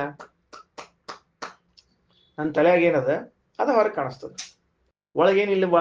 ಅಲ್ಲಿದ್ದು ನೋಡ್ಲಿಕ್ಕೆ ಆಗುದಿಲ್ಲ, ಯಾಕಂದ್ರೆ ನಮಗೆ ಅಷ್ಟಿನ್ನೂ ಶಕ್ತಿ ಬಂದಿಲ್ಲ ಇದ್ದದ್ದು ನೋಡ್ಬೇಕು ಅಂತ ತಿಳ್ಕೊಂಡು ಹೇಳಿ. ಗೊತ್ತಾಯ್ತಿಲ್ಲ ಏನಂತ? ಅದಕ್ಕ ಒಂದು ಸ್ಕೂಲ್ ಒಳಗ ಟೀಚರ್ ಬಂದಿದ್ರಂತ್ರಿ, ಹುಡುಗಿ ಬಂದಿದ್ಲಂತ. ಬಂದ್ ಕೂಡ್ಲೆ ಆಕಿಗೆ ಗಣಿತ ಮ್ಯಾಥ್ಸ್ ಟೀಚರ್ ಅವಳು ಏನಂತ ಕೇಳಿದ್ರು ಅಂದ್ರೆ, ಗಣಿತ ಕಲಿಸ್ಬೇಕಾಗಿತ್ತು. ಒಂದು ಒಂದು ಒಂದು ಎಷ್ಟು ಅಂತ ಕಲಿಸ್ಬೇಕಾಗಿತ್ತು. 2 ಆಪಲ್ ಕೊಟ್ಲು ಕೈಯಾಗ, ತಗೋ ಇದನ್ನ 1+1+1 ಎಷ್ಟು ಹೇಳು ಅಂತ ಕೇಳಿದ್ಲಕ್ಕಿ. ಕೈಯಾಗ 2 ಆಕಿ 3 ಅಂದ್ಲು ಹುಡುಗಿ. ಇವನು ಹಿಂಗೆಂಗ್ ಲೆಕ್ಕ ಆಗ್ತದೆ ಹುಡುಗಿದು ಅಂತೇಳಿ ಒಂದ್ ತಲೆಗೆ ಒಂದ್ ಮೊಟ್ಟಿಗೆ, ಸರಿತ್ಯಾ ನೋಡಿ ಹೇಳು ಎಷ್ಟದ, ಇದೊಂದ್ ಸೇಬು ಇದೊಂದ್ ಸೇಬು ಇದೊಂದ್ ಸೇಬು ಹೇಳು ಅಂತ ಹೇಳಿ. ಇದೊಂದ್ ಸೇಬು 3 ಅಂದ್ಲ. ಮತ್ತಕ್ಕಿ ಸಿಟ್ಟು ಬಂದು ಹೋತ್ರಕಿ, ಕೈಯಾಗ 2 3 ಅಂತ ಆಳ್ಲಿಕ್ಕೆ ಅಂತ ತಿಳ್ಕೊಂಡು ಹೇಳಿ ಫಾಡ್ ಅಂತ ಹೊಳದ್ಲು. ಹಿಂಗ್ಯಾಕೆ ಹೇಳಿಕತಿ ಹೇಳು ಅಂತ ಹೇಳಿದ್ಲು. ಆಕೆ ಅಂದ್ಲು, ಟೀಚರ್ ನೀವು ಕೈಯಾಗ 2 ಸೇಬು ಕೊಟ್ಟಿರಿ, ನನ್ನ ಬ್ಯಾಗ್ ಒಳಗೆ ಒಂದ್ ಸೇಬು ಅದ, ಅದು ನನ್ನ ತಲೆಯಾಗ ಕೂತ್ಬಿಟ್ಟದ. ನನ್ನ ಬ್ಯಾಗ್ ಒಳಗೆ ಒಂದ್ ಸೇಬು ಅದಲ್ಲ, ಅದು ನನ್ನ ತಲೆಯಾಗ ಕೂತ್ಬಿಟ್ಟದ. ನೀವು 1+1+ ಅಂದಾಗ ಆ ಸೇಬು ಬರ್ತದೆ, 3 ಆಗ್ಲಿಕ್ಕೆ ನನಗೆ ಅಂತ ಹೇಳಿ. ಸರಾಫ್ ಅರ್ಥ ಆಯ್ತಿಲ್ಲ ಅಂತ ಹೇಳಿದ್ದು. ಅದಕ್ಕ ಪಾಪ ಲೆಕ್ಕ ತಪ್ಪ ಹೇಳಿಲ್ಲಕ್ಕಿ, ಕರೆಕ್ಟ್ ಹೇಳ, 3 ಕರೆಕ್ಟ್ ಹೇಳ. ಬಟ್ ಏನಾಗ್ಯದಂದ್ರ 2 ಕೈಯಾಗಿಂದ 1 ತಲೆಯಾಗಿಂದದ ಹೇಳ್ತ್ರಿ ಅಂತಾಳಕಿ. ಹಾ, ವೈಗುಣ್ಯಮೇವ ಪಶ್ಯಂತಿ ನಗುಣಾನಿ ನಿಯುಂಜತೆ. ಎಂದೂ ದೇವರಲ್ಲಿ ಗುಣಗಳು ಕಾಡುವುದಿಲ್ಲ, ನಿರ್ಗುಣ ಅಂತ ಹೇಳ್ತಾರ. ಯಾಕಾದ್ರೆ ಅವ್ರ ತಲೆ ಹಂಗ ಅದ. ತೇಷಾಂ ತಮ ಶರೀರಾಣಂ ತಮಗೇವ ಪರಾಯಣಂ. ಅವರಿಗೆ ಅಂಧನ್ ತಮಸ್ಸೆ ಆಶ್ರಯ, ಯಾಕಂದ್ರೆ ಅವರು ಅಲ್ಲೇ ಹೋಗ್ಲಿಕ್ಕೆ ಯೋಗ್ಯರಿದ್ದಾರೆ. ಯತಃ ಸ್ವರೂಪತಶ್ಚ ಅನ್ಯ ಜಾತಿತಶ್ಚ ಶ್ರುತಿತಃ ಅರ್ಥತಃ ಅನ್ಯ. ನಾವು ಭಗವಂತನಿಂದ ಸ್ವರೂಪತಃ ಭಿನ್ನ ಇದ್ದೀವಿ, ಜಾತಿಯಿಂದ ಭಿನ್ನ ಇದ್ದೀವಿ, ಶಾಸ್ತ್ರದಿಂದಲೂ ವೇದದಿಂದಲೂ ಭಿನ್ನ ಇದ್ದೀವಿ. ಹಿಂಗಿದ್ದವ ಕಥಮಸ್ಮಿ ಸಯಿತ್ತೇವ ಸಂಬಂಧ ಸ್ಯಾದ ಸಂಹಿತ. ಒಂದೂರಲ್ಲಿ ಇದ್ದವರಿಗೆ ನಾನೇ ಒಂದು ಅಂತ ಅನ್ನೋದು ಹೆಂಗ್ ಬರ್ತದಪ್ಪ ಎಲ್ರು ಹೇಳೋಣ ಅಂತ. ಅದಕ್ಕ ಸ್ವರೂಪತಃ ಅನ್ನೋ ಶಬ್ದಕ್ಕ ಯಾರು ವೇದೇಶ ತೀರ್ಥರು ವ್ಯಾಖ್ಯಾನ ಮಾಡ್ತಾರ. ಸ್ವರೂಪತಃ ಪರಿಣಾಮ ಭೇದತಃ. ನೋಡಪ್ಪ, ನಿನ್ನಳತಿ ಪರಮಾಣು ಅಷ್ಟದ, ಭಗವಂತನಳತಿ ವ್ಯಾಪ್ತದ, ಒಂದಕ್ಕೊಂದು ಸಂಬಂಧ ಇಲ್ಲ. ಹೆಂಗ ಭೇದ ಆಗ್ತದಪ್ಪ? ಜಾತಿತಃ, ಅವನಲ್ಲಿ ಈಶತ್ವ ಜಾತಿ ಅದ, ನಿನ್ನಲ್ಲಿ ಜೀವತ್ವ ಜಾತಿ ಅದ, ಬರುವುದಿಲ್ಲ. ಶ್ರುತಿತಃ, ಸ್ಪಷ್ಟವಾಗಿ ವೇದ ದ್ವಾಸುಪರ್ಣ ಸಯುಜಾ ಸಖಾಯೌ 2 ಅಂತ ಹೇಳಿರ್ತದೆ. ಅರ್ಥತಃ ಪ್ರಯೋಜನ ಭಾವಾಭಾವಾಭ್ಯಾಂ, ಅವ ಅನುಗ್ರಹ ಮಾಡವನು, ನೀ ಅನುಗ್ರಹ ಮಾಡಿಸ್ಕೊಳ್ಳೋನು. ಹೆಂಗು ಎಷ್ಟಂತ ಹೇಳ್ತೀಯೋ ಯಪ್ಪ ಎಲ್ಲರ. ಸೋ ಅಸ್ಮೀತಿ ಸಂಬಂಧ ಅನ್ವಯ ಅಸಂಹಿತೋ ಯೋಗ್ಯ. ನಾನೇ ಅವನು ಅಂತ ಹೇಳ್ಕೊಳ್ಳಿಕ್ ಇವೆಲ್ಲ ವಿರೋಧ ಬರ್ತದೆ, ಹೆಂಗ್ ಕೂಡಿಸ್ತೀಪ ನೀನು? ಅದಕ್ಕೆ ಆಚಾರ್ಯರಂದ್ರು ಯತ ಸ್ವರೂಪತಶ್ಚ ಅನ್ಯ ಜಾತಿತ ಶ್ರುತಿತೋ ಅರ್ಥತಃ ಕಥಮಸ್ಮಿ ಸಯಿತ್ತೇವ ಸಂಬಂಧ ಸ್ಯಾದ ಸಂಹಿತ. ಒಂದಕ್ಕೊಂದು ಸಂಬಂಧ ಇಲ್ಲ, ನೀನ್ ಅವನಾಗ್ತಿ ಅಂತ ಬೇಡ. ಇನ್ನ ಕೊನೆಯ ವಾಕ್ಯ ಇವತ್ತಿನ ಪಾಠದ್ದು ಏನಂತಾರ? ಮಹಾಭಾರತದಲ್ಲಿ ಬಂದಿರುವಂತಹ ಒಂದು ಮಾತು ಹೇಳ್ತಾರ. ಇದನ್ನೆಲ್ಲಾರು ಕೇಳಿಸ್ಕೊಳ್ರೆ ಮಜಾ ಅದ ಇವಾಗ. ಏನಂತಾರ? ವೈಶಂಪಾಯನಾಚಾರ್ಯರಿಗೆ ಜನಮೇಜಯ ಪ್ರಶ್ನೆ ಮಾಡ್ತಾರ. ಏನ್ ಪ್ರಶ್ನೆ ಮಾಡ್ತಾರ? ಸ್ವಾಮಿ, ನಾನು ನೋಡ್ರಿ ಅವತ್ತಿನ ಕಾಲಕ್ಕೂ ಅದ್ವೈತ ದರ್ಶನ ಇದ್ದೇ ಇತ್ತು. ಏನ್ರಿ ಪಿ ಕೆ ಅವರ, ಎನ್ ಕೆ ಅವರ, ಆರ್ ಕೆ ಅವರ, ಅದ್ವೈತ ದರ್ಶನ ಇದ್ದೇ ಇತ್ತು. ಉಪೇಂದ್ರ ಗುಡಿ ಅವ್ರದ್ದು ನಡು ಅವ್ರ ತಂದೆ ಹೆಸರು ಗೊತ್ತಿಲ್ಲ, ಹಿಂಗಾಗಿ UG ಅವರು ಅಂತ ಹೇಳ್ಬೇಕು ಈಗ ಅವರಿಗೆ. ಅದಕ್ಕೆ ಉಪೇಂದ್ರ ಗುಡಿ ಅವರು ಅಂತೇಳಿ. ವೆಂಕಟರಮಣ ನೋಡ್ರಿ ಏನಂತಾರ? ಅದ್ವೈತ ದರ್ಶನ ಅಂತ ಅನ್ನೋದು ಮಹಾಭಾರತ ಕಾಲದಲ್ಲೂ ಇತ್ತು. ಜನಮೇಜಯ ಪ್ರಶ್ನೆ ಕೇಳ್ತಾನ. ಭಗವಃ ಪುರುಷ ಬ್ರಹ್ಮನ್ ಉತಾಹೋ ಏಕಗೇವತು ಕೋಹ್ಯತ್ರ ಪುರುಷ ಶ್ರೇಷ್ಠ ಸ್ತಂಭವಾನ್ ವಕ್ತು ಮರ್ಹತಿ. ಏನಂತಾರ? ಈ ಲೋಕದಲ್ಲಿ ಭಗವಃ ಪುರುಷಾಹ, ಅನೇಕ ಪುರುಷರಿದ್ದಾರೆ, ಅಂದ್ರ ಭೇದ ಇದೆ, ಅನೇಕ ಜೀವರಿದ್ದಾರೆ, ಅನೇಕರಿದ್ದಾರೆ ಅಂತ ಹೇಳೋ ಪಕ್ಷ ಒಂದದ. ಉತ ಅಹೋ ಏಕ ಏವತು, ಈ ಲೋಕದಲ್ಲಿ ಒಂದೇ ಒಂದು ಜೀವ ಇರೋದು, ಒಂದೇ ಒಂದು ಬ್ರಹ್ಮ ಇರೋದು, ಒಂದೇ ವಸ್ತು, ಇನ್ನು ಬೇರೆಯವರು ಯಾರು ಇಲ್ಲ ಅಂತ 2 ವಾದ ಅವ. ಏನ್ರಿ? ಬಹವಃ ಪುರುಷಾಹ, ಅನೇಕ ಜೀವರಾಶಿಗಳು, ಏಕ ಏವ ಪುರುಷ, ಒಬ್ಬನೇ ಜೀವ. ಏಕಜೀವವಾದ ಬಹುಜೀವ. ನಾವೇನ್ ಲೋಕದಲ್ಲಿ ಇಷ್ಟೆಲ್ಲ ಮಂದಿ ನೋಡ್ತೀರಿ, ಎಲ್ಲ ಪ್ರತ್ಯೇಕ ಭಿನ್ನ ಇದ್ದಾರ ಅಂತಂತೀರೋ, ಒಬ್ಬರೇ ಇದ್ದಾರ, ಉಳಿದೆಲ್ಲ ಅವ್ರಿಗೆ ಭ್ರಾಂತಿಯಿಂದ ಕಾಣಿಸ್ಲಿಕ್ಕತ್ತದ ಅಂತ ಅಂತೀರೋ. ಅಂದಾಗ ಕೋಹ್ಯತ್ರ ಪುರುಷ ಶ್ರೇಷ್ಠ, ಒಂದು ವೇಳೆ ಒಬ್ಬರಿಲ್ಲ ಅನ್ನೋ ಪಕ್ಷವನ್ನ ನೀವು ಹೇಳಿದ್ರೆ, ಬಹಳ ಮಂದಿ ಇದ್ದಾರಂತ ಒಪ್ಪಿಕೊಂಡ್ರೆ ಅವರಲ್ಲಿ ಶ್ರೇಷ್ಠ ಯಾರು ಅಂತ ನನಗೆ ಹೇಳ್ರಿ. ಹಿಂಗ್ ಪ್ರಶ್ನೆ ಕೇಳ್ಯಾರ ಅವರು. ಗೊತ್ತಾಯ್ತಾ? ವೈಶಂಪಾಯನ ವಾಚ ಏನು? ನೈತದಿಚ್ಛಂತಿ ಪುರುಷಂ ಏಕಂ ಕುರುಕುಲೋದ್ಭಗ. ನೋಡಪ್ಪ, ಜ್ಞಾನಿಗಳು ಒಬ್ಬನಿದ್ದಾನೆ ಅಂತ ಒಪ್ಪುವುದಿಲ್ಲ. ಜೀವನೂ ಅವನೇ, ಬ್ರಹ್ಮನೂ ಅವನೇ, ಬ್ರಹ್ಮೇತಿ ಅವನೇ, ಯಾರೋ ಅವನೇ ಅಂತ ಒಪ್ಪುವುದಿಲ್ಲ.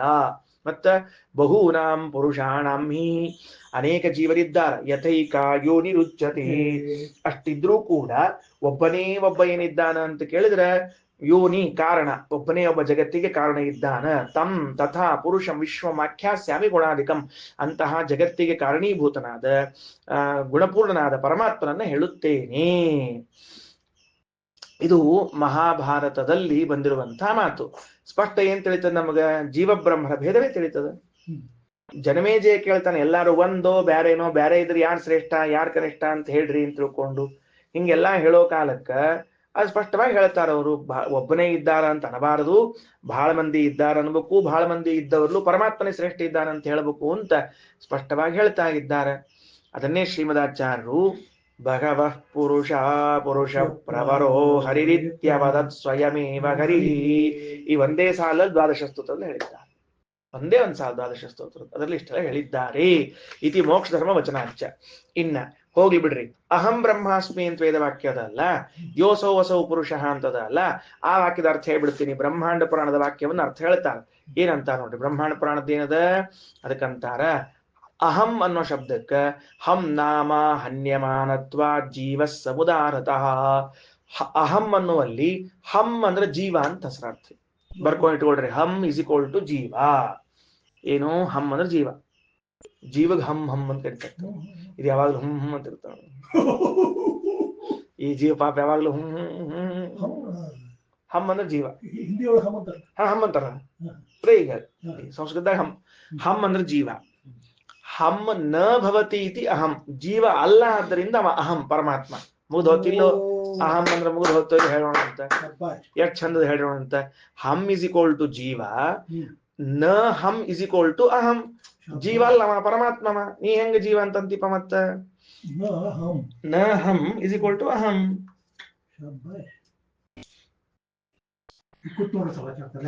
ಕುತ್ತೆ ಚಲೋ ಹೋಯ್ತು. ಹೌದು, ಇದು ಪಾಪ ಜೀವ ಯಾಕ ಹಂ ಅಂತ ಪ್ರಶ್ನೆ, ಅದೊಂದು ಕೊಡ್ಬೇಕಲ್ಲ ತಲೆಯಾಗ. ಅದಕ್ಕೆ ಆಚಾರ್ಯರು ಹಂ ನಾಮ ಹನ್ಯಮಾನತ್ವಾತ್ ಜೀವಸ್ಯ ಸಮುದಾಹೃತಂ. ತಿಳಿತ? ಹನ್ಯಮಾನ ಪ್ರತಿ ಸರ್ತಿ ದೇಹ ತಗೊಂಡು ಹುಟ್ಕೊಂಡ್ ದೇಹ ಬಿಟ್ಕೊಂಡು ಸಾಯ್ತದ, ಹುಡ್ತದ ಸಾಯ್ತದ. ಅದು ಹನ್ಯಮಾನತ್ವಾತ್ ಹಂ. ಹುಟ್ಟುಕೋತ್ ಸತ್ಕೋತಿದ್ದಕ್ಕ ಇದಕ್ಕೆ ಹಮ್ ಆಗ್ಬಿಟ್ಟದ. ಹುಟ್ಟುಕೋತ್ ಸತ್ಕೋತಿದ್ದಕ್ಕ ಇದೇನಾಗ್ಯದ ಅಂದ್ರೆ ಹಮ್ ಆಗ್ಬಿಟ್ಟದ. ಅವ ಪರಮಾತ್ಮ ಹಿಂಗ್ ಹುಟ್ಟುಕೋತ್ ಸತ್ಕೋತ್ ಇಲ್ಲ, ಆದ್ರಿಂದ ಅಹಂ ಆಗ್ಯಾನವ. ಅಹಂ ಅಂದ್ರೆ ಪರಮಾತ್ಮ. ಹಂ ನಾಮ ಹನ್ಯಮಾನತ್ವ ಜೀವಸ್ಯ ಸಮುದಾಹೃತಂ ಜೀವಾದನ್ಯೋ ಯಥೋ ವಿಷ್ಣು ಅಹಂ ನಾಮ ತತಸ್ಮತಃ. ಜೀವನಿಗಿಂತ ಭಿನ್ನನಾದದ್ರಿಂದ ಪರಮಾತ್ಮನ ಅಹಂ ಅಂತ ಹೇಳ್ತಾರೆ. ಅಲ್ರಿ ಅಸ್ಮಿ ಅಂತದಲ್ಲ ಮತ್ತ ಅಂದ್ರೆ ಅದಕ್ಕೂ ಪರಮಾತ್ಮ ಅಂತ ಅರ್ಥ. ಅಹಂ ಬ್ರಹ್ಮ ಅನ್ನೋದು ಕೇಳಬೇಡ್ರಿ, ಸಿದ್ಧ ವಿಷಯ ಬ್ರಹ್ಮ ಪರಮಾತ್ಮ ಅಂತೇಳಿ. ಅಹಂ ಅನ್ನೋದನ್ನ ಪರಮಾತ್ಮ ಅಂತ ಅರ್ಥ ಮಾಡಿದ್ರು. ಇನ್ನೇನು ಮುಂದ ಮುಂದಿನ ಹೇಳ್ರಿ ಹೆಂಗ ಅಂತಕೊಂಡು ಸ್ಮಿ ಅಸ್ಮಿ. ಅಸ್ಮಿ ಅಂದ್ರೆ ಸ್ಮೀತಿ ಜೀವ ಸಮುದ್ದಿಷ್ಟ. ಅಸ್ಮಿ ಅನ್ನುವಲ್ಲಿ ಸ್ಮಿ ಅಂದ್ರೆ ಜೀವ ಅಂತ ಅರ್ಥ. ಹೆಂಗ ಅಂದ್ರ ಸ್ಮೀತ್ಯಲ್ಪಂ ಸುಮಿತ್ವತಃ ಸುಮಿತತ್ವತಃ. ಸ್ಮಿ ಅಂದ್ರ ಅಲ್ಪ ಅಂತ ಅರ್ಥ. ಹೆಂಗ ಸು ಪ್ಲಸ್ ಮೀ ಸ್ಮಿ. ಸು ಪ್ಲಸ್ ಮೀ ಸ್ಮಿ ಅಂದ್ರೆ ಬರ್ಕೊಂಡಿಟ್ಕೊಳ್ರೆ, ಸು ಅಂದ್ರ ಸೂಪರ್, ಮಿತ ಅಂದ್ರೆ ಪರಿಮಿತ, ಬಹಳ ಸಣ್ಣ ಅಳತಿ ಒಳಗೆ ಇದ್ದುದರಿಂದ ಜೀವನನ್ನ ಅಲ್ಪ ಅಂತ ತಿಳ್ಕೊಂಡು ಸ್ಮಿ ಅಂತ ಕರೀತಾರೆ. ಅಲ್ಪ ಅಲ್ಲದವನಾದ್ರಿಂದ ಪರಮಾತ್ಮನನ್ನ ಪೂರ್ಣನಾದ್ರಿಂದ ಅಸ್ಮಿ ಅಂತ ಕರೀತಾರ. ಏನ್ ಬರ್ಕೊಂಡ್ರಿ? ಸು ಪ್ಲಸ್ ಮೀ ಇಸ್ ಈಕ್ವಲ್ ಟು ಸ್ಮಿ ಇಸ್ ಈಕ್ವಲ್ ಟು ಅಲ್ಪ. ಹಂಗ್ ಬರ್ಕೊಳ್ರಿ. ಸು ಪ್ಲಸ್ ಮೀ ಇಸ್ ಈಕ್ವಲ್ ಟು ಸ್ಮಿ ಇಸ್ ಈಕ್ವಲ್ ಟು ಅಲ್ಪ. ಸೂಪರ್ ಮೀ ಮಿತಿ, ಸೂಪರ್ ಮಿತಿ ಅದ ಇವಂಗ, ಬಹಳ ಮಿತಿಯೊಳಗಿದ್ದಾನೆ ಅಂತ ಅರ್ಥ.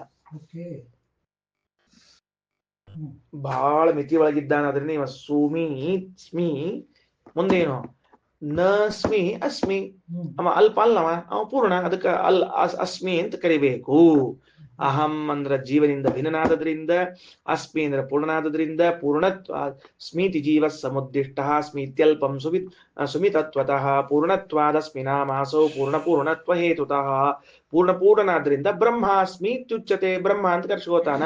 ಹಂಗಾರ ಅಹಂ ಬ್ರಹ್ಮ ಅಸ್ಮಿ ಅನ್ನೋ ಶಬ್ದಕ್ಕೆ ಅರ್ಥ ಏನು ಅಂದ್ರೆ, ಅಹಂ ಜೀವನಿಂದ ಭಿನ್ನನಾದ ಪರಮಾತ್ಮನು ಬ್ರಹ್ಮ ಪೂರ್ಣನಾಗಿದ್ದಾನೆ, ಅಸ್ಮಿ ಪೂರ್ಣನಾಗಿದ್ದಾನೆ.